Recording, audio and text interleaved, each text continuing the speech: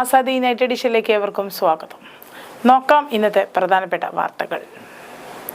മലമുകളിലെ ക്ഷേത്രത്തിൽ കുരങ്ങുകൾ കൂട്ടമായെത്തി ഭയന്ന് നിലതെറ്റി വീണ് യുവതിക്ക് ദാരുണാന്ത്യം. ആറളത്ത് ആനമതിൽ നിർമ്മാണം വേഗത്തിലാക്കാനും കാട് വെട്ടിത്തെളിക്കാനും നിർദ്ദേശിച്ചു മന്ത്രി അഡ്വക്കേറ്റ് സണ്ണി ജോസഫ്. ജില്ലയിലെ 1,41,710 കുട്ടികൾക്ക് നാളെ പോളിയോ തുള്ളിമരുന്ന് നൽകും. 1,00,000 പേരെ പിരിച്ചുവിടാൻ ഫോക്സ് വാഗൺ. കീം പ്രവേശന പരീക്ഷാ ഫലം പ്രഖ്യാപിച്ചു. റോഷൻ രാജുവിന് 1ാം റാങ്ക്. ആദ്യ മത്സരം ജൂലൈ 4-ന് തിരുവനന്തപുരത്ത്. തെറ്റുതിരുത്തൽ രേഖയ്ക്ക് PB അംഗീകാരം നൽകി MA ബേബി. നടനും സംവിധായകനുമായ K ഭാഗ്യരാജ് അന്തരിച്ചു. തമിഴ്നാട്ടിലെ തൂത്തുക്കുടിയിൽ ക്ഷേത്ര സന്ദർശനത്തിനിടെ യുവതി മലമുകളിൽ നിന്നും വീണു മരിച്ചു. തൂത്തുക്കുടി ജില്ലയിലെ സൗത്ത് തിട്ടംകുളം സ്വദേശിനിയായ അനിത 24 മരിച്ചത്. കുരങ്ങുകൾക്ക് പഴം നൽകുന്നതിനിടെ അവ കൂട്ടമായി എത്തിയപ്പോൾ പരിഭ്രാന്തയായ യുവതി അടിതെറ്റി താഴേലേക്ക് വീഴുകയായിരുന്നു.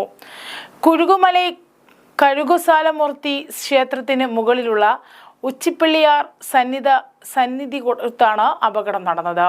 അനിത സംഭവ സ്ഥലത്ത് തന്നെ മരിച്ചു. അഗ്നിരക്ഷാസേനയും പോലീസും എത്തിയാണ് മൃതദേഹം വീണ്ടെടുത്തത്. ഭർത്താവ് സുരേഷിനൊപ്പമാണ് യുവതി ക്ഷേത്ര ദർശനത്തിനെത്തിയത്. വിദേശത്ത് ജോലി ചെയ്യുന്ന സുരേഷ് അടുത്തിടെയാണ് നാട്ടിലെത്തിയത്. കഴിഞ്ഞ മാസമാണ് അനിയനും സുരേഷും വിവാഹിതരായത്. സംഭവത്തെക്കുറിച്ച് പോലീസ് പറയുന്നതിങ്ങനെ: പ്രധാന ക്ഷേത്രത്തിൽ ദർശനം നടത്തിയ ശേഷം ദമ്പതികൾ മലമുകളിലുള്ള ഉച്ചിപ്പിള്ളിയാർ കോവിലേക്ക് കയറി. അവിടെ വെച്ച് കുരങ്ങുകൾക്ക് പഴങ്ങൾ നൽകുന്നതിനിടെ പെട്ടെന്ന് കുരങ്ങുകൾ ഇവരെ വളയുകയായിരുന്നു. ഇതോടെ അനിത പരിഭ്രാന്തിയായി നിലതെറ്റി മലമുകളിൽ നിന്നും താഴേക്ക് വീഴുകയായിരുന്നു. വീഴ്ചയിൽ തന്നെ മരണം സംഭവിച്ചു. അനിതയുടെ മൃതദേഹം പോസ്റ്റ്മോർട്ടത്തിനായി അയച്ചിട്ടുണ്ട്. സംഭവത്തെക്കുറിച്ച് അന്വേഷണം ആരംഭിച്ചതായി പോലീസ് അറിയിച്ചു. 1,00,000 പേരെ പിരിച്ചുവിടാൻ ഫോക്സ് വാഗൺ. ജർമ്മനിയിലെ 4 ഹെക്ടറിൽ അടച്ചുപൂട്ടാനും 1,00,000 പേരെ പിരിച്ചുവിടാനും നീക്കവുമായി പ്രമുഖ കാർ നിർമ്മാതാക്കളായ ഫോക്സ് വാഗൺ വാഹന വ്യവസായ രംഗത്തെ ഏറ്റവും വലിയ പിരിച്ചുവിടലുകളിൽ ഒന്നായിരിക്കും ഇതെന്ന് റോയിട്ടേഴ്സ് വാർത്താ ഏജൻസി റിപ്പോർട്ട് ചെയ്യുന്നു. ചൈനീസ് എതിരാളികളിൽ നിന്നുമുള്ള കടുത്ത മത്സരം, US-ലേക്കുള്ള കാർ ഇറക്കുമതിക്കുള്ള ഉയർന്ന നികുതി, യൂറോപ്പിലെ വിൽപ്പന കുറയുന്നത് എന്നിങ്ങനെയാണ് നീക്കത്തിന് പിന്നിൽ. ജൂലൈ 9-ന് നടക്കുന്ന കമ്പനിയുടെ നിർണായക യോഗത്തിൽ ഇവ അടക്കമുള്ളവ ചർച്ച ചെയ്യും. Volkswagen CEO Oliver Blume മുതിർന്ന എക്സിക്യൂട്ടീവുകൾക്ക് മുന്നിൽ ഈ പദ്ധതി അവതരിപ്പിച്ചു.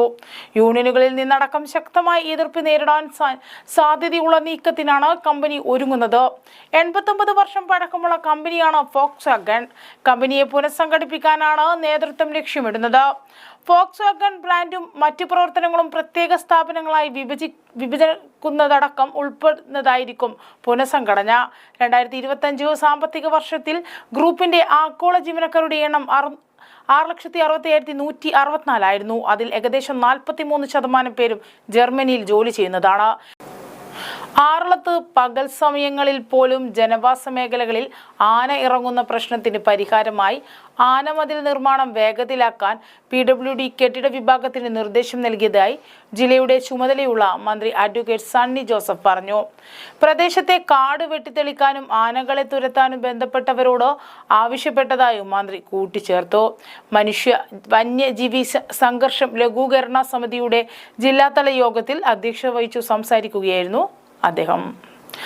ആറളത്ത് ദ്രുതകർമ്മസേനയുടെ വണ്ടി തന്നെ ആന മറിച്ചിട്ടിട്ടുണ്ട്. പകൽ സമയങ്ങളിൽ പോലും ആന റോഡിൽ ഇറങ്ങുന്നു. ആനമതിലിന്റെ നിർമ്മാണ പ്രവൃത്തി വേഗത്തിലാക്കാൻ വനമന്ത്രി തന്നെ നിർദ്ദേശിച്ചിട്ടുണ്ട്. ഇതിനു പുറമെ പ്രദേശത്തെ കൃഷിരീതി മാറ്റുന്നത് സംബന്ധിച്ച് വനം കൃഷി വകുപ്പുകൾ ചേർന്ന് ഏതാനും പഠനങ്ങൾ നടത്തിയതിന്റെ അടിസ്ഥാനത്തിൽ ആനയെ ആകർഷിക്കാത്ത കൃഷിരീതി അവലംബിക്കാൻ കഴിയുമോ എന്ന കാര്യവും സർക്കാർ പരിശോധിക്കുമെന്ന് മന്ത്രി കൂട്ടിച്ചേർത്തു.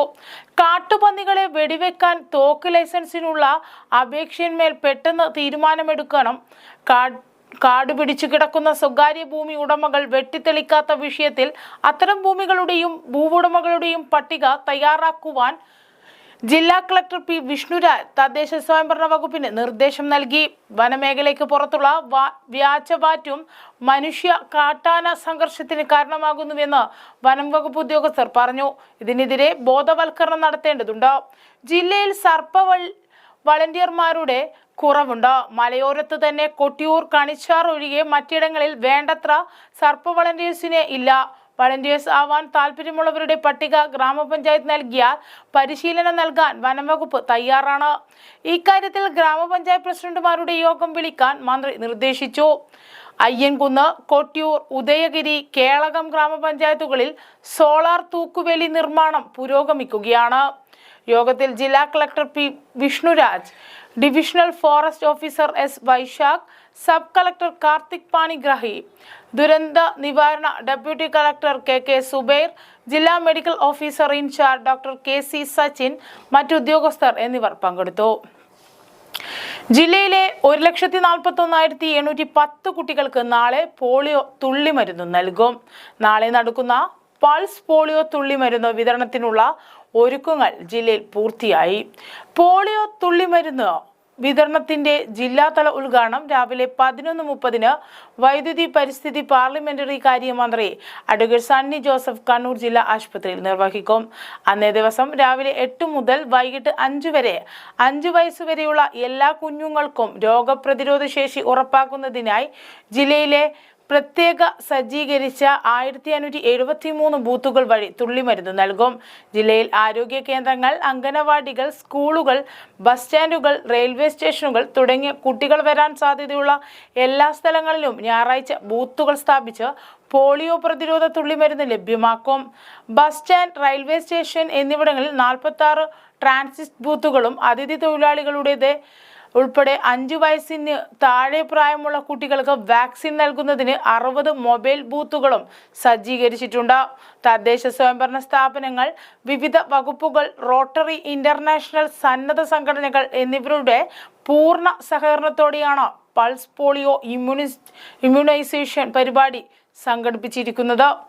ഏതെങ്കിലും കാരണവശാൽ പൾസ് പോളിയോ ദിനത്തിൽ വാക്സിൻ ലഭിക്കാത്ത കുട്ടികൾ ഉണ്ടെങ്കിൽ അവരെ കണ്ടെത്തി തുടർന്നുള്ള 2 ദിവസങ്ങളിൽ വളണ്ടിയർമാർ, ആരോഗ്യ പ്രവർത്തകർ മുഖേന വീടുകളിൽ പോളിയോ വാക്സിൻ നൽകുന്നതിനുള്ള സജ്ജീകരണങ്ങളും ഏർപ്പെടുത്തിയിട്ടുണ്ട്. എന്താണ് പോളിയോ രോഗം? കുട്ടികളെയാണ് പോളിയോ രോഗം കൂടുതലും ബാധിക്കുന്നത്. ഈ രോഗം ബാധിച്ചാൽ ശരീരത്തിലെ ഏതെങ്കിലും ഒരു ഭാഗം തളർന്നു പോകാൻ സാധ്യതയുണ്ട്. രോഗിയുടെ മലത്തിലൂടെ പുറന്തള്ളുന്ന പോളിയോ വൈറസ് രോഗാണുക്കൾ കലർന്ന ഭക്ഷണത്തിലൂടെയും വെള്ളത്തിലൂടെയുമാണ് രോഗം മറ്റൊരാളിലേക്ക് പകരുന്നത്. തുടർന്ന് കുടലിൽ വൈറസ് പെരുകുകയും കേന്ദ്ര നാഡീവ്യവസ്ഥയും തലച്ചോറിനെയും ബാധിക്കുകയും പേശികളുടെ ബലക്കുറവിന് കാരണമാവുകയും കൈകാലുകൾക്ക് അംഗവൈകല്യം ഉണ്ടാകുകയും ചെയ്യുന്ന ഒരു ഗുരുതരമായ രോഗമാണ് പോളിയോ മൈലൈറ്റിസ്. പനി, പേശിവേദന എന്നിവയാണ് പോളിയോ രോഗ ലക്ഷണങ്ങൾ. പോളിയോ രോഗത്തിന് മരുന്ന് കണ്ടുപിടിച്ചിട്ടില്ല. എന്നാൽ ഫലപ്രദമായ പോളിയോ വാക്സിൻ നിലവിലുണ്ട്. കുട്ടികൾക്ക് വർഷങ്ങളായി നൽകി വരുന്ന പോളിയോ വാക്സിനുകൾ അത്യന്തം സുരക്ഷിതത്വമാണ് എന്നും തെളിയിക്കപ്പെട്ടതാണ്. പ്രധാനമായും ടൈപ്പ് 1, ടൈപ്പ് 2, ടൈപ്പ് 3 വൈറസുകളാണ് പോളിയോ രോഗമുണ്ടാക്കുന്നത്. എന്നാൽ തുടർച്ചയായി നടപ്പിലാക്കിയ പൾസ് പോളിയോ ഘട്ടങ്ങളിലൂടെ ടൈപ്പ് 2, ടൈപ്പ് 3 പോളിയോ വൈറസിനെ നിർമ്മാർജ്ജനം ചെയ്യാൻ സാധിച്ചിട്ടുണ്ട്. കേരളത്തിൽ 2000-ന് ശേഷവും ഇന്ത്യൻ 2011-ന് ശേഷവും പോളിയോ രോഗം റിപ്പോർട്ട് ചെയ്തിട്ടില്ല. എന്നാൽ നമ്മുടെ അയൽരാജ്യങ്ങളിൽ പോളിയോ രോഗം റിപ്പോർട്ട് ചെയ്യപ്പെടുന്നതിനാൽ രോഗസാധ്യത ഒഴിവാക്കുന്നതിനായി 5 വയസ്സിൽ താഴെയുള്ള എല്ലാ കുഞ്ഞുങ്ങൾക്കും പോളിയോ തുള്ളിമരുന്ന് നൽകേണ്ടതുണ്ട്. ലഹരിക്കെതിരെ ആടാം പാടാം ഡാൻസ് ഫെസ്റ്റും കരോക്കെ ഗാനാലാപന മത്സരവും നാളെ. ലഹരിക്കെതിരെ ആടാം പാടാം ഡാൻസ് ഫെസ്റ്റും കരോക്കെ ഗാനാലാപന മത്സരവും ഞായറാഴ്ച രാവിലെ 10 മുതൽ കണ്ണൂർ മഹാത്മാ മന്ദിരത്തിലാണ് പരിപാടി. APJ അബ്ദുൽ കലാം ലൈബ്രറിയും ഹാപ്പിനെസ് ഫൗണ്ടേഷനും സംഘടിപ്പിക്കുന്ന ഡാൻസ് ഫെസ്റ്റിവലിന്റെ ഭാഗമായാണ് പരിപാടി. ഭരതനാട്യം, മോഹിനിയാട്ടം, കേരള നടനം, നാടോടി നൃത്തം, കുച്ചിപ്പുടി, സിനിമാറ്റിക് ഡാൻസ് എന്നിവയിൽ സിംഗിൾ ഇനത്തിലും സംഘ നൃത്തം, തിരുവാതിര, ഒപ്പന, കൈകൊട്ടിക്കളി, നാടൻപാട്ട്, കോൽക്കളി എന്നിവയിൽ ഗ്രൂപ്പ് ഇനത്തിലുമാണ് മത്സരം. 2 ലക്ഷത്തോളം രൂപയുടെ സമ്മാനങ്ങൾ വിവിധ വിഭാഗങ്ങളിൽ നൽകും. 15 വയസ്സുവരെ 16-25 വയസ്സിന് മുകളിൽ എന്നീ കാറ്റഗറിയിലാണ് മത്സരം. ഡാൻസ് ഫെസ്റ്റിവലിന്റെ ഭാഗമായുള്ള കരോക്കെ ഗാനാലാപന മത്സരവും ഞായറാഴ്ച നടക്കും. സിംഗിൾ ഗ്രൂപ്പിനത്തിൽ മത്സരമുണ്ടാകും. 15 വയസ്സ് വരെ, 16 മുതൽ 25 വയസ്സ് വരെ, 25-ന് മുകളിൽ എന്നീ കാറ്റഗറിയിലാണ് മത്സരം. പങ്കെടുക്കാൻ ആഗ്രഹിക്കുന്നവർ 9443732316, 9895939172 എന്നീ നമ്പറുകളിൽ രജിസ്റ്റർ ചെയ്യണം. കണ്ണൂർ കാൽടെക്സ് വലിയ വളപ്പ് റോഡിലെ ലൈബ്രറിയിലും പേര് രജിസ്റ്റർ ചെയ്യാവുന്നതാണ്. LIC ഓഫീസുകൾക്ക് മുന്നിൽ ഏജന്റുമാരുടെ ധർണ. തൊഴിൽ സുരക്ഷിതത്വം ഉറപ്പുവരുത്തുക, 100% വിദേശ നിക്ഷേപം അനുവദിച്ച തീരുമാനം പിൻവലിക്കുക, വെട്ടിക്കുറച്ച കമ്മീഷൻ പുനഃസ്ഥാപിക്കുക തുടങ്ങിയ ആവശ്യങ്ങൾ ഉന്നയിച്ച് ഏജന്റുമാർ ജില്ലയിലെ LIC ഓഫീസുകൾക്ക് മുന്നിൽ LIC agents organisation of India നേതൃത്വത്തിൽ ധർണ നടത്തി. തളിപ്പറമ്പിൽ സംസ്ഥാന സെക്രട്ടറി MK മോഹനൻ ഉദ്ഘാടനം ചെയ്തു. K അനിൽകുമാർ, ബാബു അയാരത്തോ, PV മധുസൂദനൻ, ശ്രീധരൻ എന്നിവർ സംസാരിച്ചു. മട്ടന്നൂരിൽ സോണൽ ട്രഷറർ K സദാനന്ദൻ ഉദ്ഘാടനം ചെയ്തു. ജില്ലാ secretary Jayaprakash, VC Rajeev, M Roja, PV Kunhikannan എന്നിവർ സംസാരിച്ചു. തലശ്ശേരിയിൽ 1 അഖിലേന്ത്യാ വൈസ് പ്രസിഡന്റ് AP സാവിത്രി ഉദ്ഘാടനം ചെയ്തു. V രമേശൻ, ബാലഭാസ്കരൻ, MK സജിത എന്നിവർ സംസാരിച്ചു. Thalassery 2 zonal secretary PN Sudhakaran ഉദ്ഘാടനം ചെയ്തു. PV Sooraj, P Dineshan, Anilkumar, P Raveendran, KV Ajith Kumar, M പ്രസിദ്ധ എന്നിവർ സംസാരിച്ചു. പയ്യന്നൂരിൽ സംസ്ഥാന കമ്മിറ്റി അംഗം സുനിത ഉദ്ഘാടനം ചെയ്തു. M ചന്ദ്രൻ, CK സജീവൻ, T രാമചന്ദ്രൻ എന്നിവർ സംസാരിച്ചു. കണ്ണൂർ ബ്രാഞ്ച് ഓഫീസിന് മുന്നിൽ ജില്ലാ വൈസ് പ്രസിഡന്റ് AP മുരളീധരൻ ഉദ്ഘാടനം ചെയ്തു. M Mohanan, O Sajeevan, VV Sajeevan, N Radhakrishnan, RP Rajesh, T Shaija, PP Ashokan എന്നിവർ സംസാരിച്ചു. കൂടാളി സ്വദേശിനി KC ദേവതീർത്ത ഹൈദരാബാദിൽ ഉള്ള പിഫ അക്കാദമിയിൽ കായിക വിദ്യാഭ്യാസം നേടും. പിഫ വേൾഡ് കപ്പിൽ ഇന്ത്യയുടെ പ്രാതിനിധ്യം ഉറപ്പിക്കുക എന്ന ലക്ഷ്യത്തിന്റെ ഭാഗമായുള്ള ക്യാമ്പിൽ കേരളത്തിൽ നിന്നും 2 പേരാണ് ഉള്ളത്. മുൻ Arsenal coach Arsene Charles Ernest Wenger കീഴിൽ ആയിരിക്കും ക്യാമ്പ് ഉണ്ടാകുക. 7ാം ക്ലാസ് വരെ കൂടാളി ഹയർ സെക്കൻഡറി സ്കൂളിൽ പഠിച്ച ദേവതീർത്ത 2024 8ാം ക്ലാസ്സിലേക്ക് കണ്ണൂർ സ്പോർട്സ് സ്കൂളിൽ സെലക്ഷൻ കിട്ടിപ്പോവുകയായിരുന്നു. കോച്ചിംഗ് സെന്റർ കൂടാളിൽ നിന്നും ഉയർന്നു വന്ന ദേവ 2023 വരെ ക്യാമ്പിന്റെ ഭാഗമായിരുന്നു.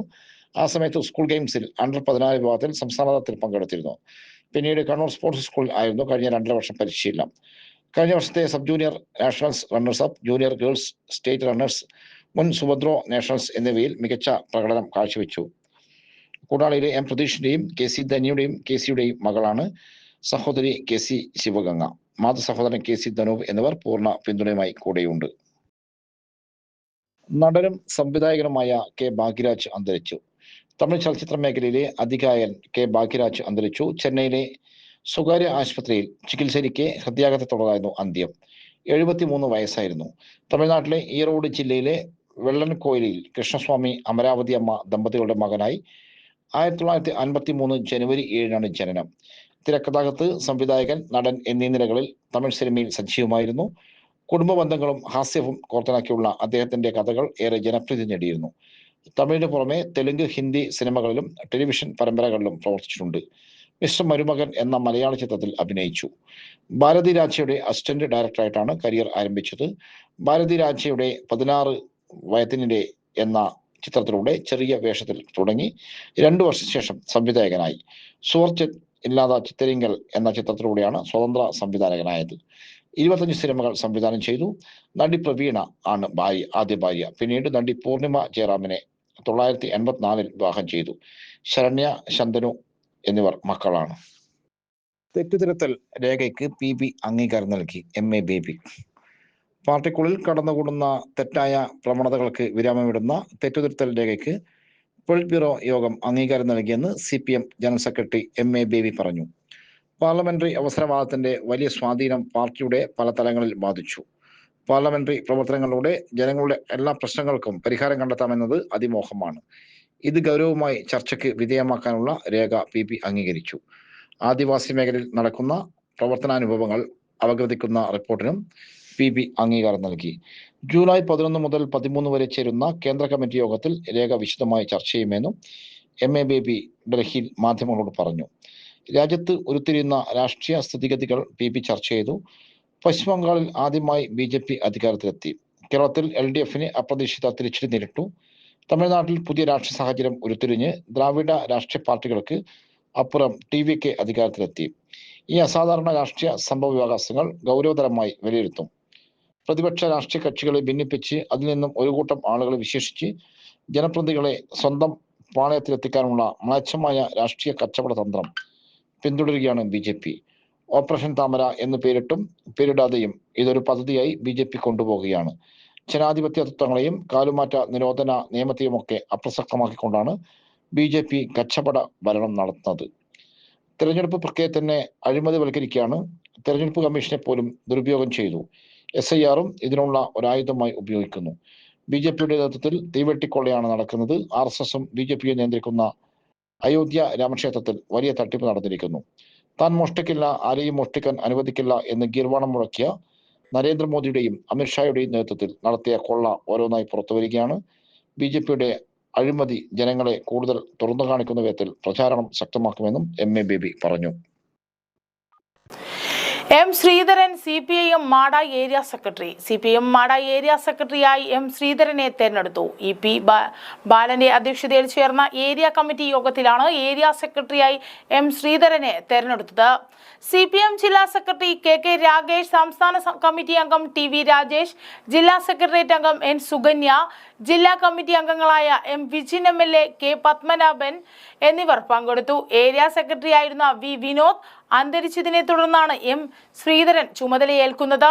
കർഷക തൊഴിലാളി യൂണിയൻ ജില്ലാ സെക്രട്ടറിയും സംസ്ഥാന കമ്മിറ്റി അംഗവുമാണ്.